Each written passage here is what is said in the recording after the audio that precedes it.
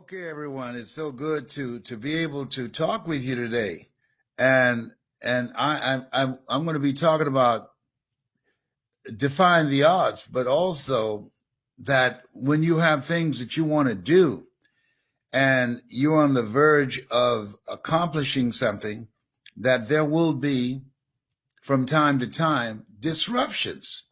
And you got to stop and take care of that. I was talking to my sister yesterday before. Now, I was preparing for doing a clubhouse conversation, and she told me about the long lines of people in Dade County that were lined up to get food. I'm an empath, and I shouldn't have heard that before getting on a call because I feel things, I sense things. And then when I started and getting ready to talk to you, I started hearing a ringing in my ears. And I said, hey, this is different. I haven't experienced this. And so I'd probably, I don't know, I feel that I forgot to take my blood pressure medication. And high blood pressure said, don't play with me. My blood pressure level was 195 over 95. It was saying, don't play with me. I'm not to be played with. And I don't miss taking my medication often, but I really usually have someone with me at the time to remind me of what I'm doing. And I didn't take it, apparently. And so, but I tell you, here's what I know. I gave 6 virtual presentations, and when I do my presentations, I put energy in them. The day before, I shouldn't have done that. No, shouldn't have done that. No, that's too much. No, when I was younger, homie could do it like that. Today, I will do 3 today, not 6. So I want to talk to you about defying the odds. And the reason why I want to talk to you about this, that for 14 years, I didn't do what I'm doing now because I asked myself the question, what are the odds of my being able to create a level of credibility that people who have more going for them than I do, that I'll be able to become successful as a speaker? And so because I wasn't willing to challenge those odds, I wasted 14 years being on the side, watching other speakers for 14 years, wasting 14 years that I can't recover. I want you to write this down. Don't allow the odds to discourage you from doing what you know in your heart that you're meant to do. I'm going to repeat that. Don't allow the odds to discourage you from doing what you know in your heart you were meant to do. So what I did, I was discouraged. I allowed myself to be paralyzed by my own fear and lack of belief in myself. If you've ever had something you knew in your heart you were meant to do it and you didn't do it, and so I looked at other speakers, I went to seminars and workshops, and I kept saying to myself, boy, I can do that. I can do that. And here's something else. When you answer the calling on your life, you'll never work a day in your life. Write that down. When you answer the calling on your life, you will never work a day in your life. Those 6 speeches I gave, they were free. Why would you do that? I wanted to help. I speak to all types of groups, helping to raise funds, helping to generate money for homeless people, for families, who have lost their jobs, being foreclosed on, or facing eviction. So I'm using my talent, my gift, that I'm not going to be a witness while there are people that's in a desperate situation. I can't help everybody, but I'm going to do what I can with what I have. And so I did 6 speeches. They say a calling is something that you love so much, but you do it so well that people will pay you to do it. And I was on fire. And the next day, I was depleted. I often quoted Iyanla Vanzant, but I didn't honor her words. Sometimes you can hear something, you say it, but you're not doing it. You're not living from that place. Give to yourself until your cup runneth over, and then give to others from the overflow. So between my sister's conversation about the 2-mile long line of people waiting for food, and I'm an empath, I feel things.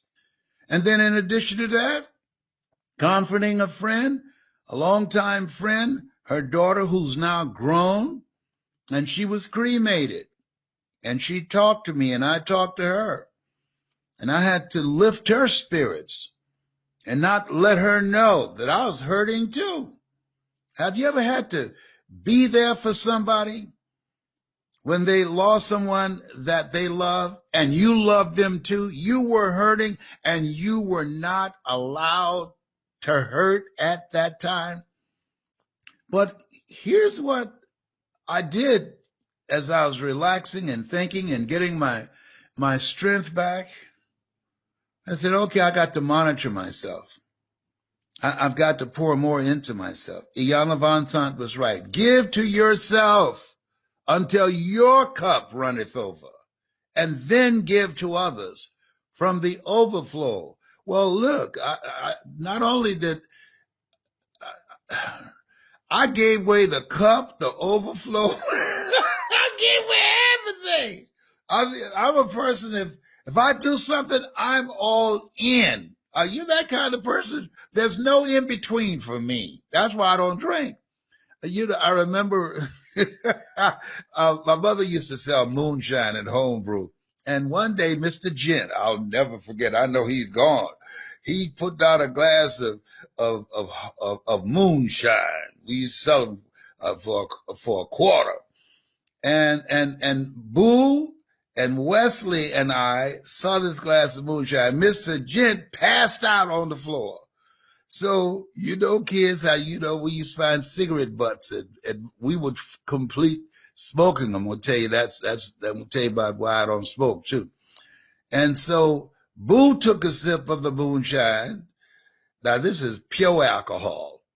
And Wesley took a sip of the moonshine. And then I was reaching for it, and I could hear the glass say, if you drink me, you'll never put me down.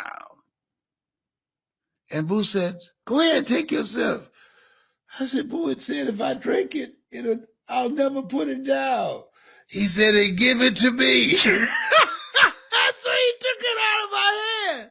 And from that time to this time, and I'm 75, I took that seriously. You know, when they ask you for your health profile and members of your family, I say, I don't know anything about my family. I'm adopted. I don't know anything. And you can have that alcoholic gene. And so I didn't want to take a chance that if I had that gene, can you feel a brother up in here? So I just put it, I just left it alone. I didn't drink. Now let me tell you about the smoking part, then I get back to the subject. Mamie Brown didn't play. So Wesley and I, we decided, we saw the cigarette butt. It was still lit. And so we decided we were going to finish it. All right. And so Margaret Ann told on us. Yeah, snitch. Yes. Margaret is 5 years younger than us. Wesley out here smoking, Mama. Mama said, oh, they're smoking? Mama, we just found a little cigarette butt. We just was completing it. Is that right? Y'all want to smoke? She said, Margaret Ann, go to the store and get 4 packs of Campbell cigarette. No, Lucky Strikes. Mama loved Lucky Strikes. She smoked Lucky Strike, unfiltered. So she brought back the Lucky Strike. She gave 2 packs to Wesley, 2 packs to me, and gave us a glass of water apiece. So Mama said, let me tell you something. Y'all want to smoke? Well, we're going to fix this today. Here's what you're going to do. You're going to smoke 1 pack, and you're going to eat a pack. Ma'am, yeah, y'all want to smoke? Go ahead. Take it out. Take it out. Open up. Take it out. I got this switch here. Take it out now. Yes, ma'am. Take it out. So we said, light it up. Go ahead. Mama, I changed my mind. I don't want to smoke no more. I don't want to smoke. Listen, did you hear me? Okay, Mama. Mama, I don't want to smoke. I swear, I won't do this no more. Listen, you say you want to smoke? No, I didn't tell anybody I want to smoke. Wesley over there, he coughing. I said, okay, drink some water, wash it down. Okay, all right. Now, here's the other one. Now, you just smoked one. Okay, now here's another one. Open that up. Now, chew that one and swallow it. Mama, you're not serious. Yes, ma'am. Oh, Mama. How did this, Mama? Here's some water. Let me tell you something. We were coughing and crying, throwing up. I never smoke again.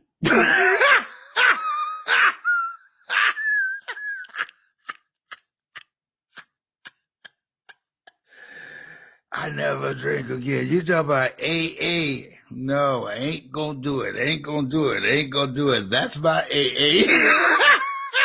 Never, ever. No. I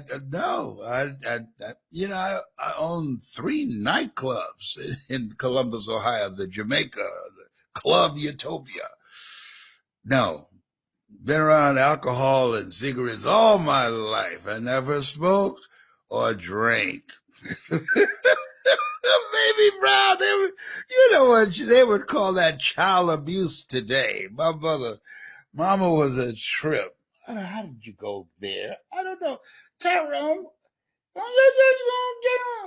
Tyrone said, get back on the subject.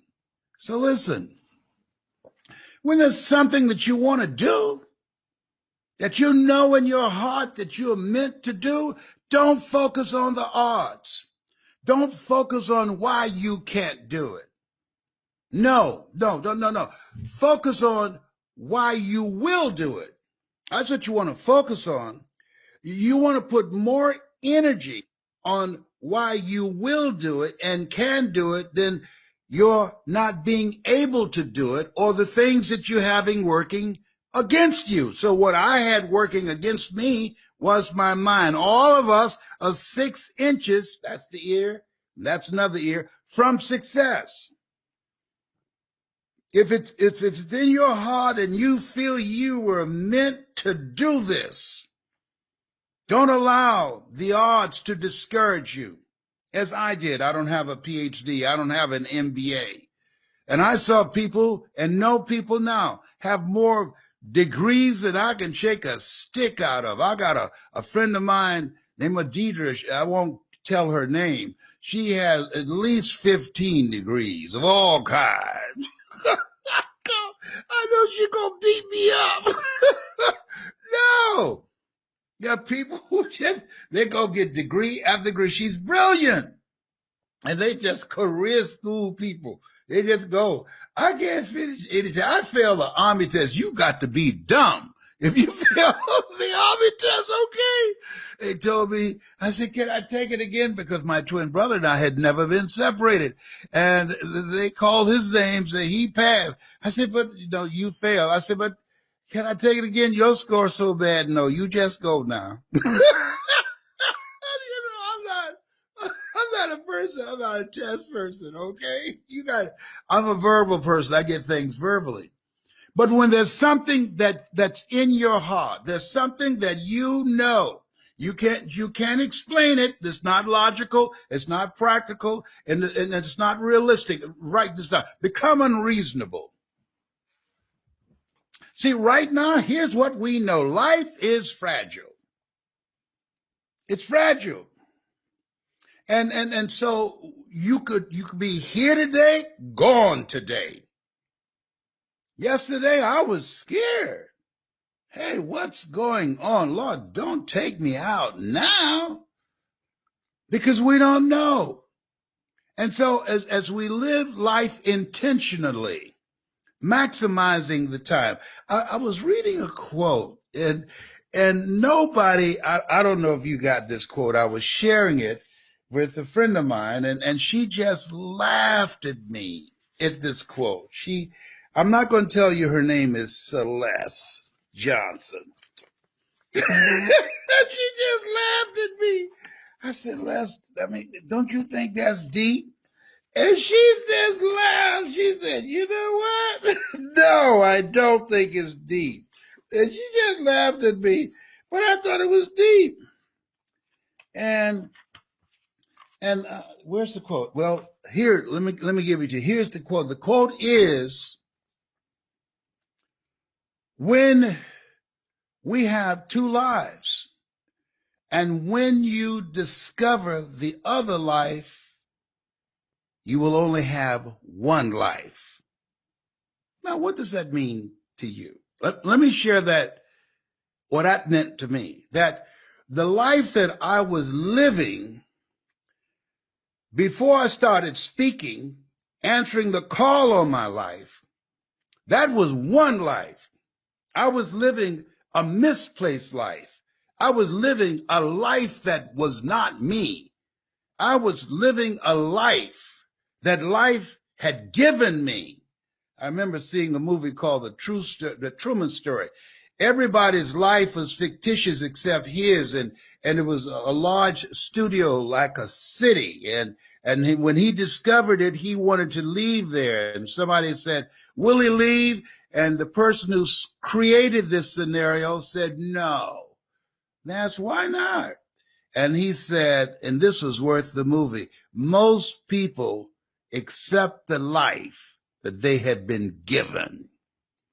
And I accepted this life over here, this limited life, this life that was not making any impact, this life that had no presence on the planet, this life that was working a job that was not me, just to pay the bills, get food on the table, roof over my head, provide transportation, this life that I didn't like, but at the same time, I didn't want to get fired. It's called mixed emotions.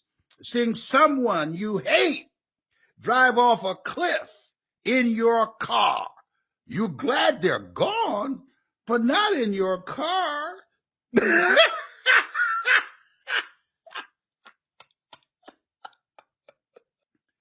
Now I got it. That I was living another life. And once I discovered this life, I no longer live this other life. Once I got a glimpse of and got out of my head and my mental conditioning and start stepping into my greatness with this life, answered the calling on this life, a job you get paid for, a calling you are made for. Once I started doing what I was made to do, I only had one life. See, all of us are the same. The only difference, listen to me, Linda, all of us the same. The only thing that separates us is our vision of ourselves and our habits. That's all. Just think about it. I want that to marinate with you. I want that to marinate with you, because here's what I know. Right now, you have greatness in you. There's a part of you that's waiting for you to come, saying, come, come, come, come. Come, I'm waiting for you. Make some decisions that will open up the door so that I can serve you, so that you can live your authentic life, so that you can step out of a job that's not you, so that you can leave a relationship where you're dying together rather than living together, so that you can expand your horizon and understand the words of Helen Keller, that life is either a daring adventure or it's boring. You were not born to live a boring life, a limited life. You were not born to have eyes, but can't have vision at the same time. Come on. Come on. No. Come to me. Come to me. I'm waiting for you to discover me. Make some of the decisions that I can be proud of you, because you've been hiding out behind fear and excuses and anxiety. That's not who you are. You're more than a conqueror.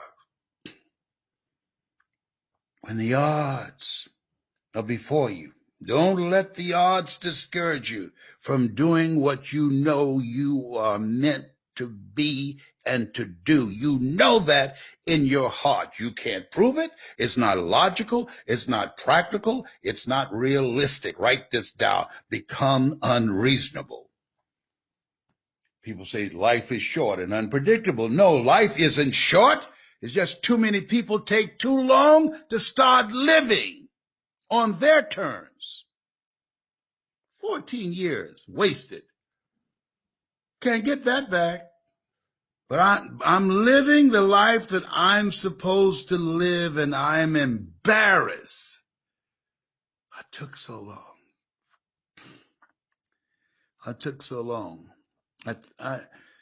I hear people say, oh, if I have my life live over again, I'll do the same thing. No, I wasted a lot of valuable time with a lot of people who really didn't deserve to be in my life. Write this down. If you're the smartest one in the room, you're in the wrong room. Yeah. You want to get around the right people. You want to be in a room with people that you can learn from, that you can grow from, people that enhance you, people that inspire you, people that lift you, people that bring out the greatness in you. We've seen this in sports. It's a great metaphor. A person playing on one team, they did nothing, traded to another team, and they become a star. The other team, they're just riding the bench. Larry Little's my classmate. We graduated from Booker T. Washington High School in 1963. One of the few offensive guards inducted into the National Football League Hall of Fame.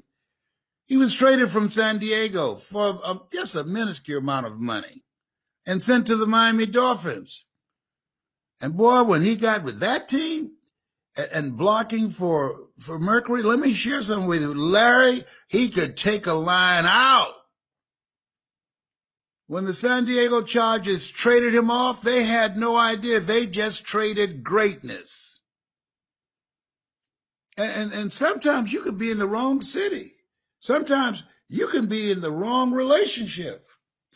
There's some people that can bring some craziness out of you. If you're around the wrong people, and let's say, and you're not a person that curse all the time, but you're around people that's what they do, that's who they are, you'll pick it up. You pick it up, and you say, well, where did that come from? People rub off on you. During this time, you want to be around people who compliment you, people who empower you. If there's anything that the coronavirus is teaching us, it does not discriminate. And now you want to watch as well as pray. You want to be vigilant, and you want to live life like you mean it. You want to be intentional at creating special moments. You want to be intentional in taking care of yourself.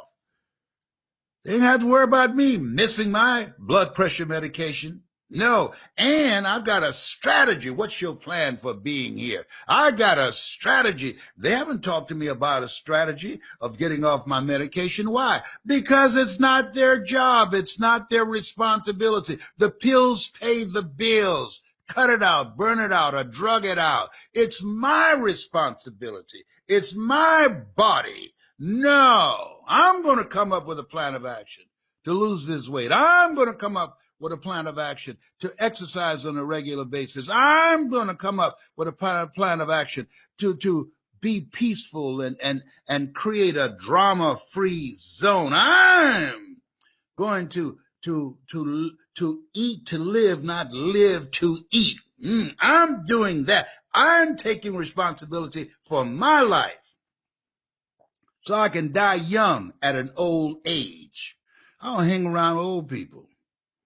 No, I don't. My mama didn't have no old friends. She did. I'm just like my mama. I'm just like her. She didn't know. I tried to introduce her to a guy, a friend of mine's uncle, who his wife died, brought him over to the house to meet mama and watch The Price is Right. Mama said when he left, they watched the program together. She thought I was asleep. The next morning, she talking to this lady. I don't know why you brought that old man over here. The old man give you worms. I said, I don't want to hear that. I don't want to hear that. He won't bring me somebody over here.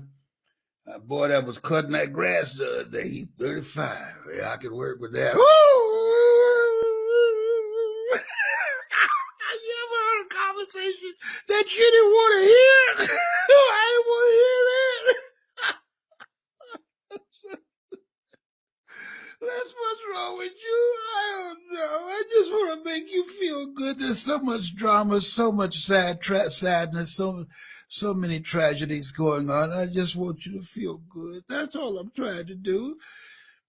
Tyrone told me I need to wind it up now. Okay. So here's the other thing. Whatever you do, right, this time, create special moments. This is a special moment for me. I'm going to do the right thing, and I'm going to have some fun. This is a special moment for me. I laugh quite a lot. Why? Laughter is inner jogging. It strengthens your immune system. It's been proven scientifically in the area of psychoneuroimmunology. Yeah, 1 minute of anger weakens your immune system for 4 to 5 hours. But 1 minute of laughter boosts your immune system for over 24 hours.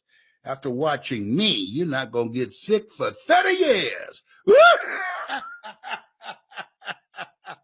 He's loose. He's on fire. Yes, I am.